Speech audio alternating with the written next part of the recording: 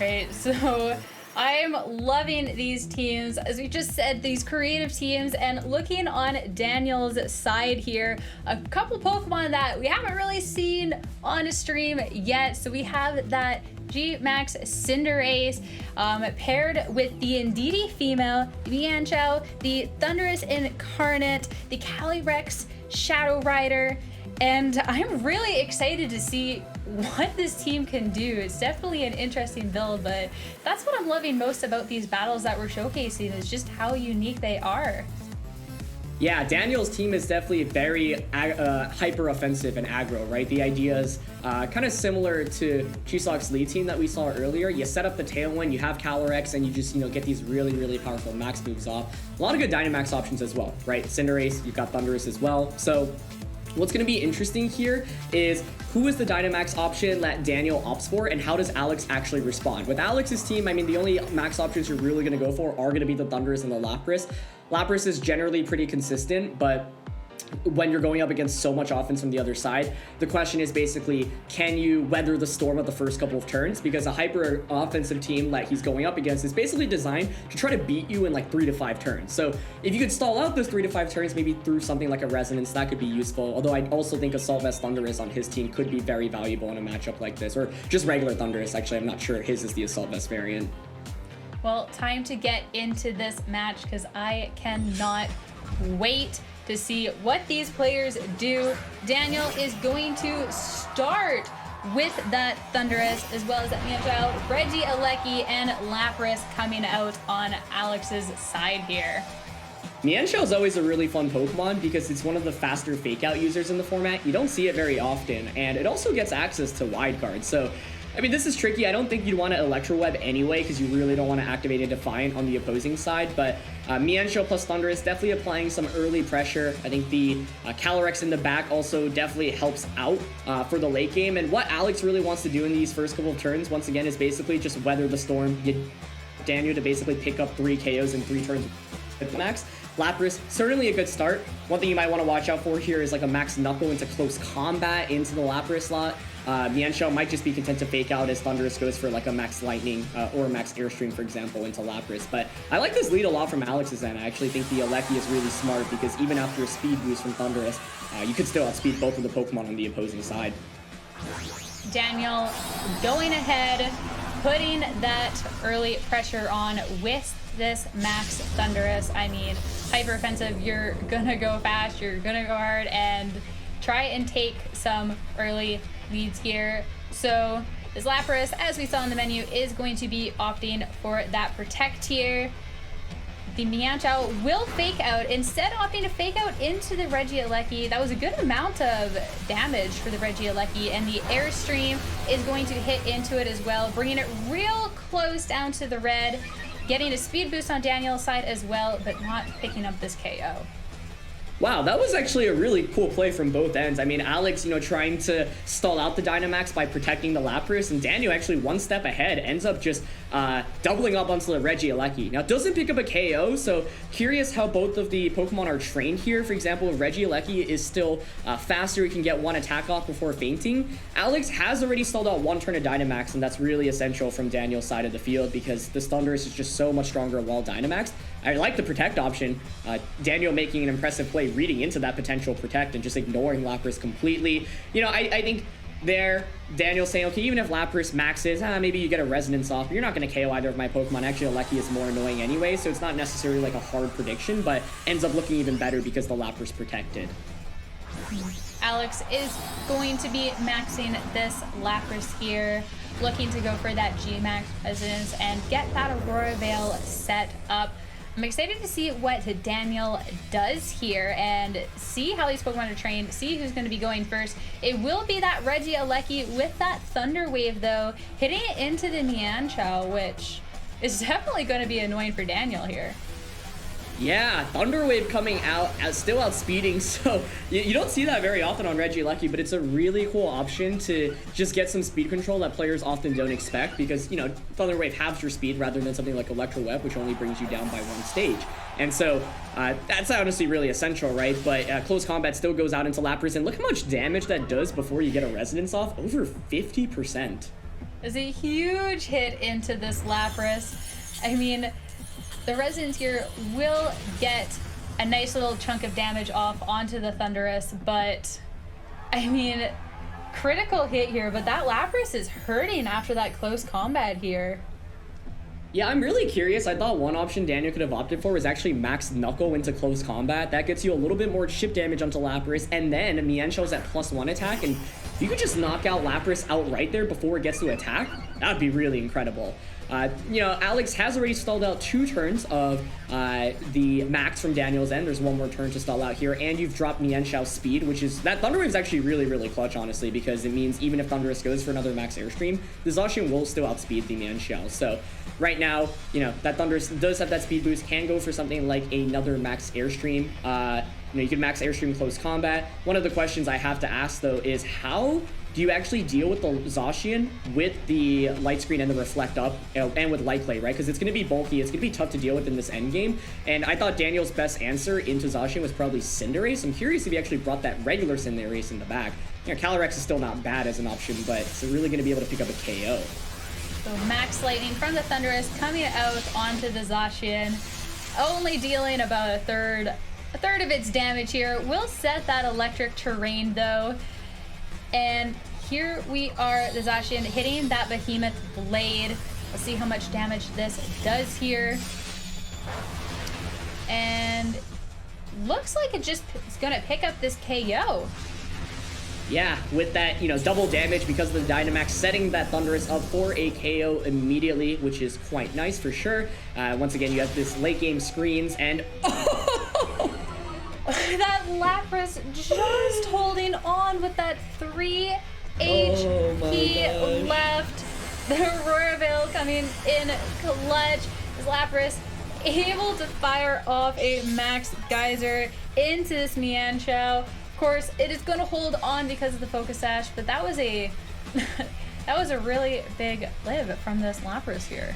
Yeah, it was absolutely huge, especially if Daniel actually brought that Cinderace in the back. You set up the Rain now, so Cinderace's Power Ball I don't think will be able to knock out Zacian, especially with Rain and the Reflect being up. So such a critical survival there. I mean, you can see how defensive Alex's team can be, right? Especially when you get that resonance off, and that's the upside of using something like Lapras. It's part of the reason why I was, you know, intrigued by the fact like maybe Daniel can double up onto the Lapras and just pick up a KO onto it before he even gets that resonance off, because Mienshao plus the Thundurus was a really good option, but Daniel instead decided to split the attack, you know, knock out the Regieleki, and the Lapras has really been paying dividends with that resonance and now surviving, getting that Max Geyser off as well. It is going to be Calyrex Shadow Rider coming in, but, you know, Mienshao is paralyzed right now. There is still a turn of Max here. My only question is, yeah, can the Zacian one-shot into the Calyrex? The Incineroar in the back definitely going to be useful for this endgame. So looks like Alex is just considering the Behemoth Blade here. You have to be a little bit concerned about maybe a double up onto Zacian, but you could just Behemoth Blade the Calyrex and then target Mienshao with the Lapras, I guess. I think, yeah, that feels like a decent option here. So looks like he's going to Max Guard instead.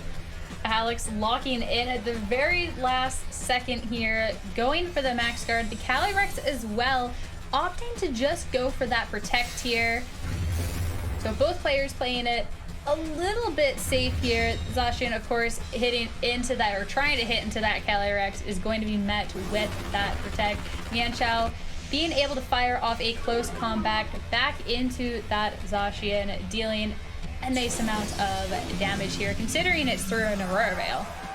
Yeah, that's actually a really nice play from Daniel's end. You know, doesn't end up taking any damage and gets a ton of damage onto the Zacian. Zacian really feels like the win condition from Alex's side right now, so you're really just aiming to pick up a KO onto that. You know, Lapras is so low in terms of HP, it's just one hit away from getting knocked out.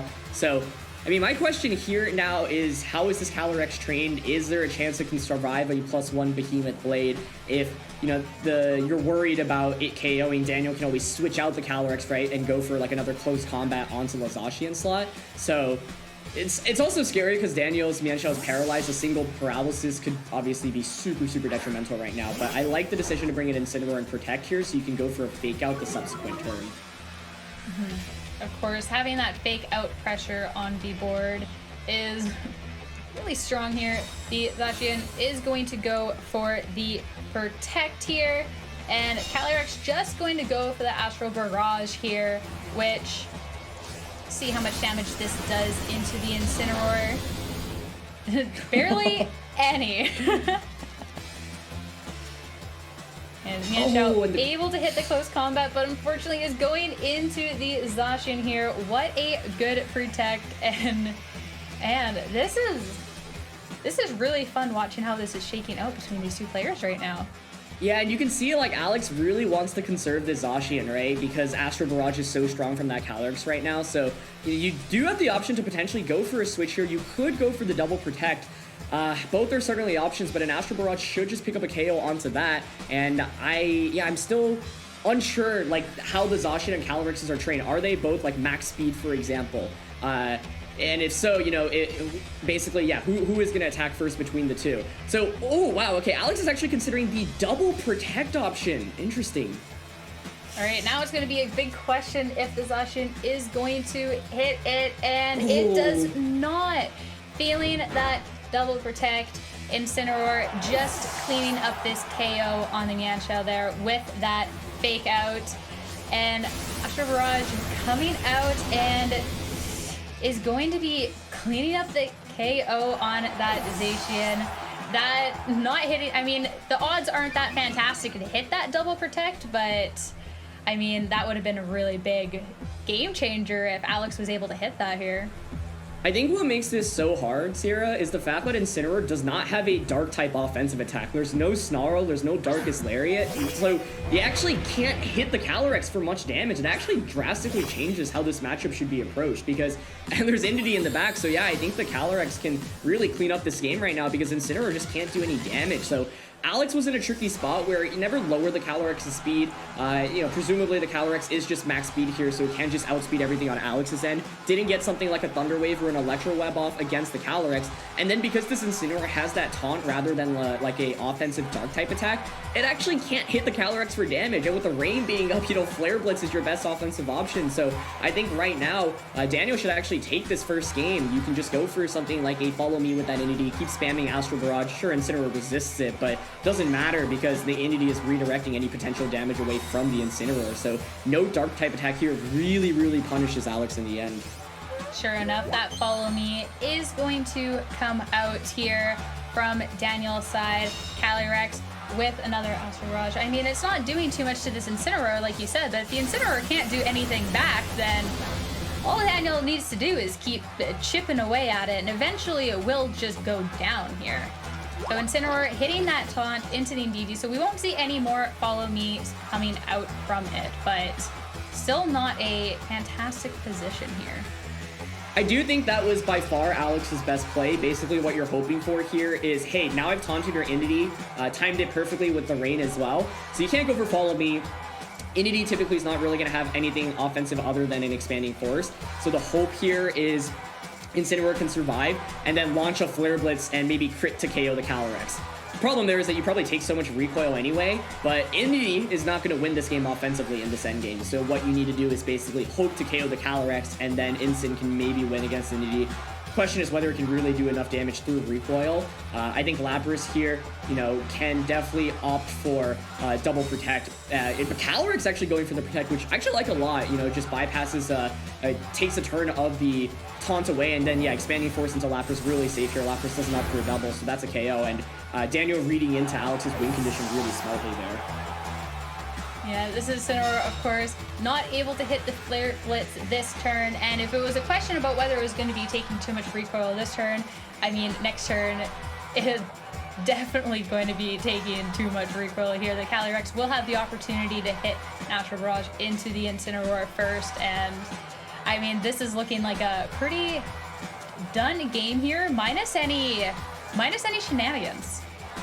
Yeah, we'll see. If Calyrex actually can't get the one-hit KO onto Incineroar, you know, Incineroar hangs on, gets Flare Blitz in return. It's just so tough because essentially Incineroar only has Flare Blitz for damage right now, which means you need a Flare Blitz both Calyrex and Entity, and, you know, do the amount of damage that they have in terms of HP right now, and all of that, I feel like it's just enough for you to feign from recoil when you're adding Calyrex's damage output from this turn alone on top. So that was a nice protect last turn to make sure that, yeah, no crazy shenanigans happen, but opting for the double. Oh, very interesting. Let's see how that shakes out here. Flare Blitz is going to hit into it, dealing a lot of damage, but also doing a lot of recoil damage back.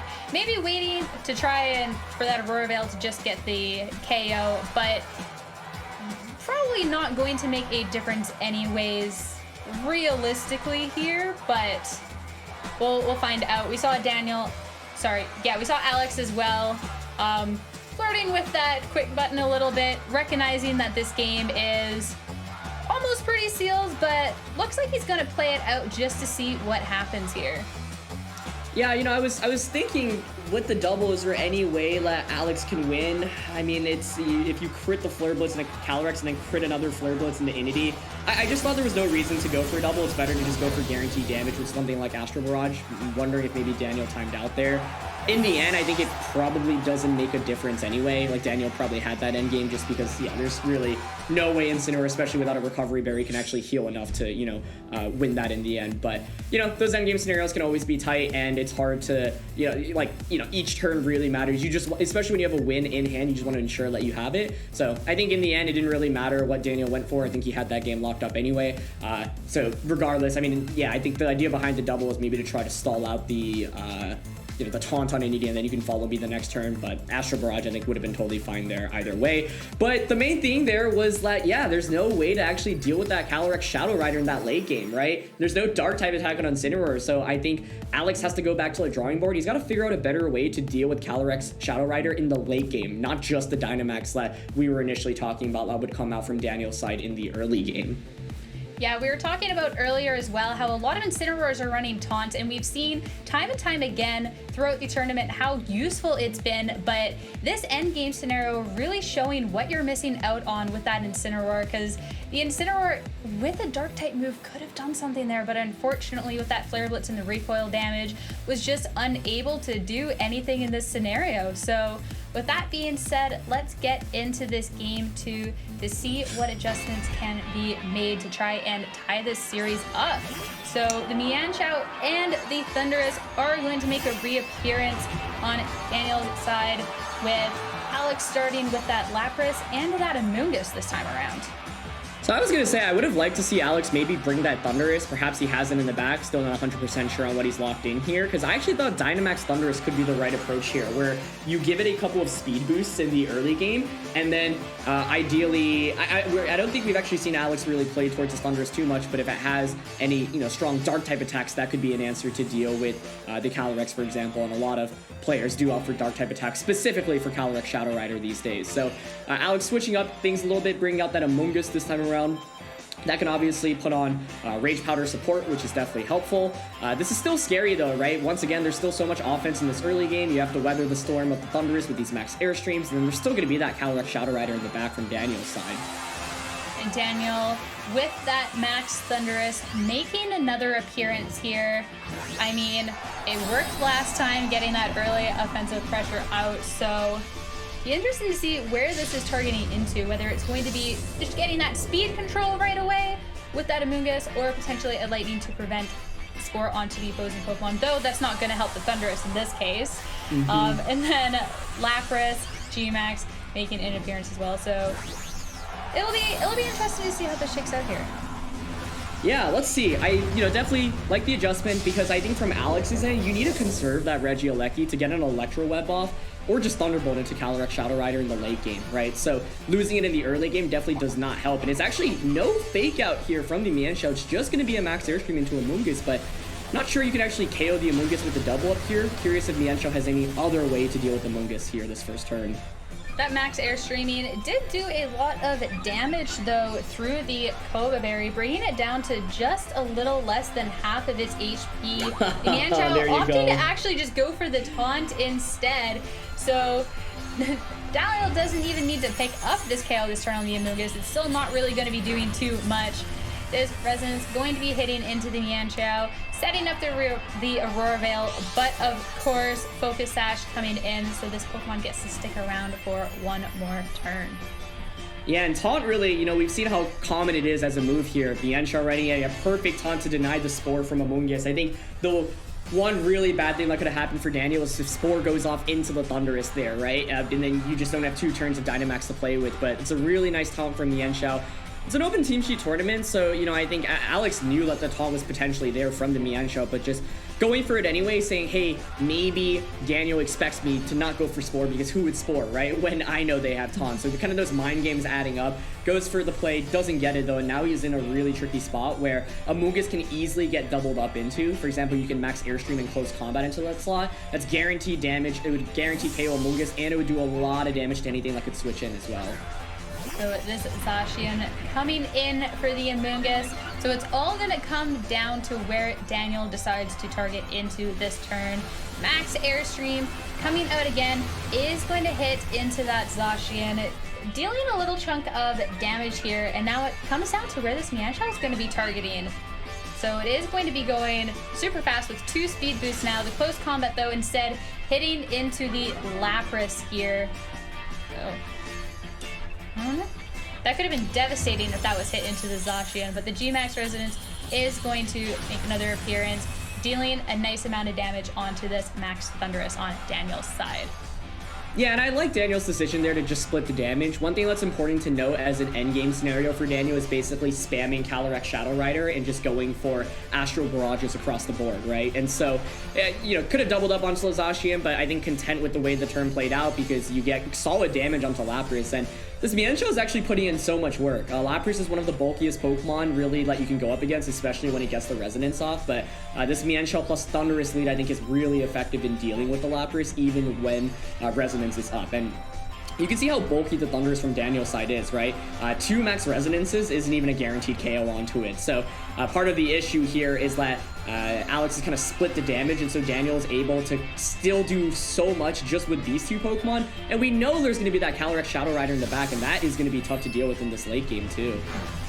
That Thundurus going for the Max Knuckle onto the Zacian here, getting a nice little attack boost on each of his Pokemon, and that close combat coming out into the Lapras. So much damage with that attack boost, but not doing enough yet again with that Aurora Veil up. The Zacian hitting a Behemoth Blade now is going to be targeting into that Thundurus and does pick up the KO here. So the question now is, you know, Daniel is going to get some free switch-ins. We know there's that Calyrex in the back. Calyrex plus ADD in general just looks really scary because you can just go for consistent follow me plus Astral Barrage. The Amoonguss is, you know, pretty low, although I guess it'll heal back a fair amount after Regenerator. Zacian's also somewhat low as well, I mean, Lapras is super low. So the thing is with Calyrex Shadow Rider, you also don't want to snowball at all, right? Don't give it a single special attack boost, because even if after a single special attack boost, it just puts in so much work. So, you know, Alex definitely has the numbers advantage right now, but Daniel now has this beast, which is Calyrex Shadow Rider. This won him the end game in the last game, and my question still is, how is Alex going to deal with it here? I think the answer is to ideally get Regieleki in safely, get an Electro Web off, and then use Zacian. But the problem is that the Entity also offers redirection support. So even if you Electro Web and the Calyrex is attacking second, it doesn't matter if you can't actually get a, you know, damage or one-hit KO move onto it. And so right now, the thing for Daniel's side is you can just go for that Astral Barrage. Entity can go for a Follow Me, can go for a Protect. I mean, Alex's main win condition is to knock out Calyrex, and Daniel's win condition is to make sure Calyrex does not get knocked out, protect it as much as possible. So it's going to be really interesting to see what plays out here. The Lapras so close to being KO'd, but would offer that free switch into that, like that safe switch that you were talking about, into that Regieleki if it does happen to be going down here. Alex looking at the possibility of perhaps protecting that Zacian, recognizing the amount of damage it can deal and not wanting to let it take a big hit quite yet here. So Calyrex also opting to go for the Protect here. So both players playing it a little safe, kind of seeing what the other person is going to be doing. And indeed, also with the Protect here, Daniel not risking anything. The Lapras too, all going for the double Protect, failing, but not too much getting accomplished this turn.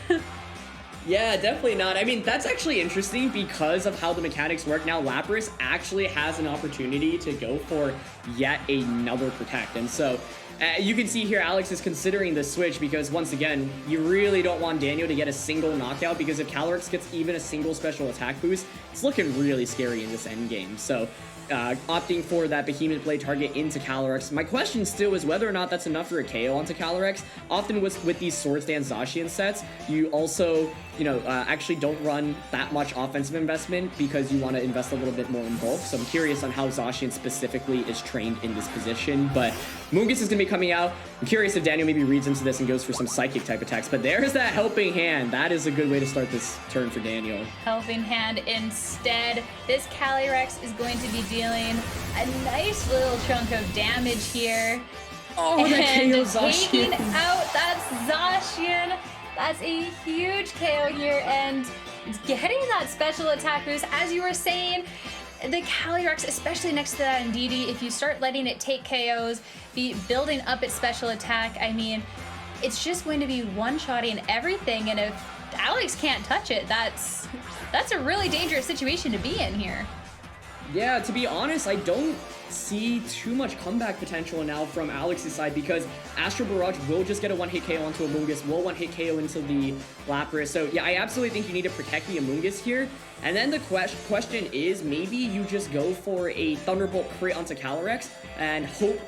The Thunder Wave option is cheeky as well. You can hope for full Paras here, and basically hope that the Indeedee doesn't go for a Follow Me in this position, right? But it feels like if you just go for Follow Me plus Astral Barrage, this is a very, very secure victory. I guess the reason Daniel might not want to go for that is in case the Aleki goes for an Electro Web and then Thunderbolt KOs the Indeedee the next turn, but it's a really critical KO onto Zacian. That's why Helping Hand is such a good option on that Indeedee, despite, the screens being up. It's just impossible to deal with this duo in this endgame.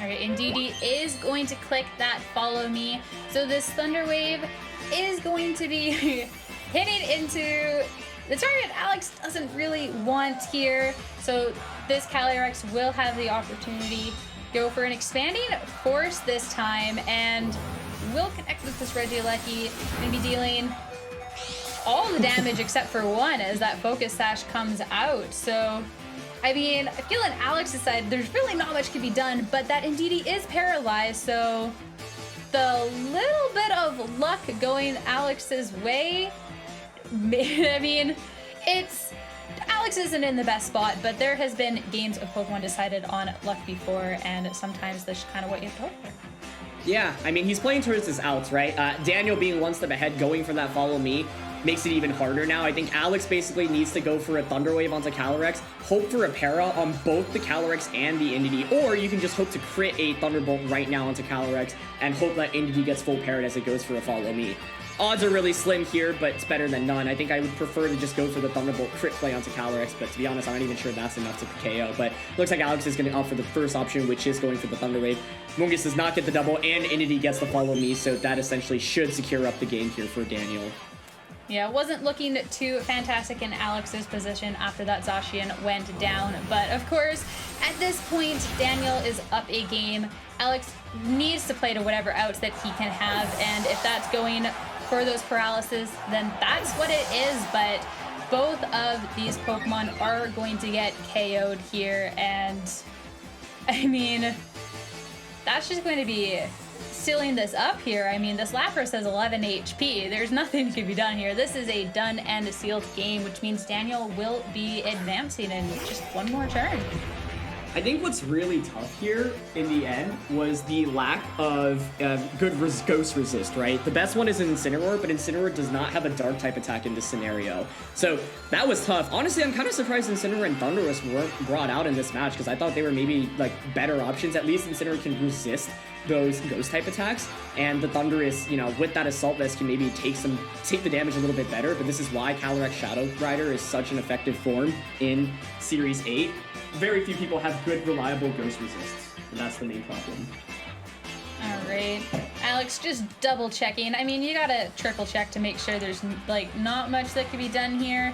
Opting to just go for that Protect, but at this point, I think it is just delaying the inevitable. I mean, this Calyrex is so fast, and I mean, it hits for a lot of damage. It won't even have to in this case, though, so Alex just holding off just to make sure nothing can be done, but I'm pretty sure this game is pretty sealed up here at this point. Yeah, that's basically it. And this is why Calyrex Shadow Rider can be so threatening. If you don't have a Ghost Resist or a good, say, Dark type attack or Ghost type attack, like part of the thing that makes Calyrex Shadow Rider really volatile is the fact that there are moves that can hit it for a lot of super effective damage, right? 4 times super effective damage from Ghost or Dark, but in the end, Alex actually didn't really have any of those kind of attacks with the Pokemon he brought into this matchup. So really would have loved to see Thundurus or Incineroar make an appearance here in the second game. I think the Amoonguss mix-up is nice, but I don't know, when you know that the Mienshao on the opposing side has Taunt, it feels even riskier. And with this being an open team sheet tournament, I think you have to prepare for the Mienshao and Thundurus lead again going into game 2. So, you know, I can appreciate the gamble, kind of hoping, hey, if they somehow mess up and actually don't taunt the Amoonguss turn 1 and get greedy and I get that Spore off, you can actually be in a really good position, but it doesn't feel good to rely on turn 1 based off your opponent making a mistake rather than you just going for something that was a little bit more consistent. But at the end of the day, this was a really tough matchup because not only did they have to weather the storm of the Dynamax early game, there was also Calyrex Shadow Rider in the late game, and that Mienshao so good against that Lapras, doing so much damage with those close combats. Yeah, that Mienshao, not a Pokemon we get to see too often, but the amount that it put in during this match was absolutely wonderful, and I'm really glad we got to see it in action. I mean, Daniel played his team super well and taking that 2-0 to advance. So let's head over to the bracket to see where the other matches are ending up as well. All right, so looking at the bracket from the Oceania region, we see Yoav Reuven and James Maney making it to the global finals from the winner side of the bracket, and there are still 2 matches to be played in losers round 10 that haven't been decided yet. Unfortunately, we won't be showing those, but we will update you on the results of the game after they are over. Yeah, there's still some fantastic players playing it out, trying to take those last couple of spots into the global finals. So I'm really excited to be seeing the results of those. I mean, I'm sure there are going to be some fantastic games. So, I mean, this Oceania bracket has just been nothing but delightful so far, with like some really interesting teams, some really fantastic battles, and I'm excited to see how it all settles in the end.